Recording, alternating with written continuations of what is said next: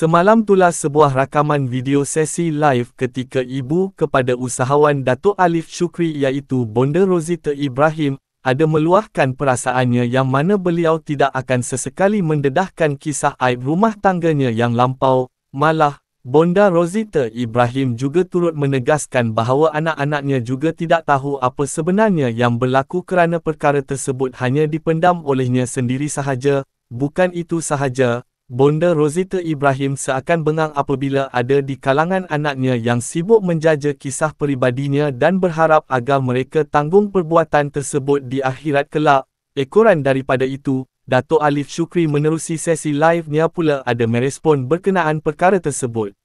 Datuk Alif Shukri mendakwa bahawa dirinya tidak pernah sesekali mendedahkan apa jua masalah yang berlaku di dalam keluarganya kerana perkara itu terlalu peribadi. Tularnya perkongsian ini telah meraih perhatian para netizen. Menjengah di ruangan komen, pelbagai reaksi diberikan oleh netizen mengenai perkongsian tersebut. Tanpa membuang masa, mari saksikan video ini.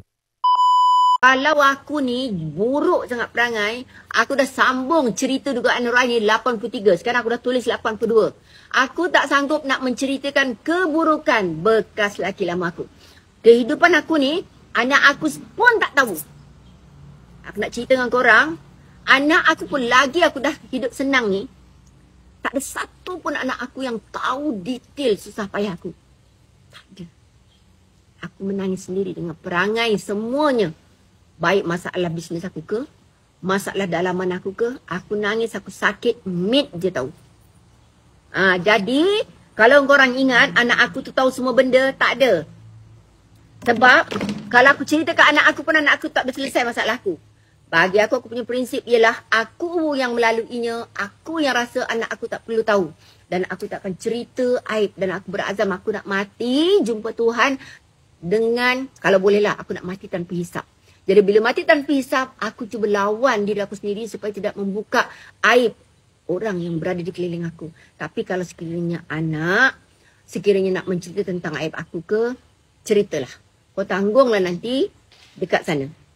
Jadi, kalau kisah saya sepanjang dulu masa anak saya kecil-kecil, anak saya tengok, itu pun tak tahu indip dekat dalam. Nak buat apa cerita? Okey. Sekarang ni macam ni. Papa nak share sikit. Ini kepada anda ya, yang ingin penjelasan daripada Papa. Kejap. Ni banyak orang menengok. Papa nak share sikit. Terlebih dahulu, Papa nak buat ulasan. Papa nak minta maaf. Sekiranya ada yang terkasar bahasa, terlebih bicara. Dan kalau korang tengok selama Papa buat live, Papa tak pernah ulas. Papa tak pernah cerita apa pun yang berlaku ni antara Papa dengan family. Papa tak pernah ulas. Pernah tak korang dengar Papa ulas pasal benda-benda pasal family Papa? Cuba korang tanya, pernah tak Papa ulas? Komen, pernah tak? Pernah ke tak Papa? Kalau korang yang follow Papa, pernah tak Papa ulas? Korang komen. Komen, korang yang menengok, korang tahu. Pernah tak Papa ulas? Okey, dengar ya Papa cakap ya. Ini pasal benda viral. Korang pun tag-tag Papa, Papa pun nak bagi ulasan. Papa ni dah menasihati ya. Dah menasihati, dah cakap baik-baik. Antara konflik keluarga. Ada lagi kadang-kadang kan bila orang cakap tu, orang cakap ni. Papa selalu berpesan pada mak Papa sendiri. Kalau boleh, kita ni keluarga-keluarga kita, tak kisahlah side A ke, belah adik ke, belah mak ke, belah pembantu rumah ke, ipaduai ke, kita kalau ada masalah, kita dengan kita-kita je, jangan sampai viral. Sebab bila dah viral, terbuka aib orang A, terbuka aib orang B, Papa tak suka. Sebab Papa ni cakap depan depan, walaupun nampak bodoh-bodoh macam ni, Papa memang menjaga. Keluarga Papa alhamdulillah baik-baik saja. Okey? Keluarga Papa, kejap. Abi tak nak orang bising ya. Dia tengah buat live, kejap je. 1 minit. Papa ni orangnya nak jaga keluarga Papa. Papa takkan cerita aib orang A, orang tak layan Papa ke, orang lupa diri ke. Tak ada. Apa yang Papa boleh ulas, keluarga kami baik-baik sahaja. Keluarga kami bahagia. Mak Papa baik, adik Papa baik, kakak Papa pun baik. Papa gembira dengan keluarga Papa. Itu je Papa nak ulas. Sebab korang semua ni hanya nak dengar kontroversi.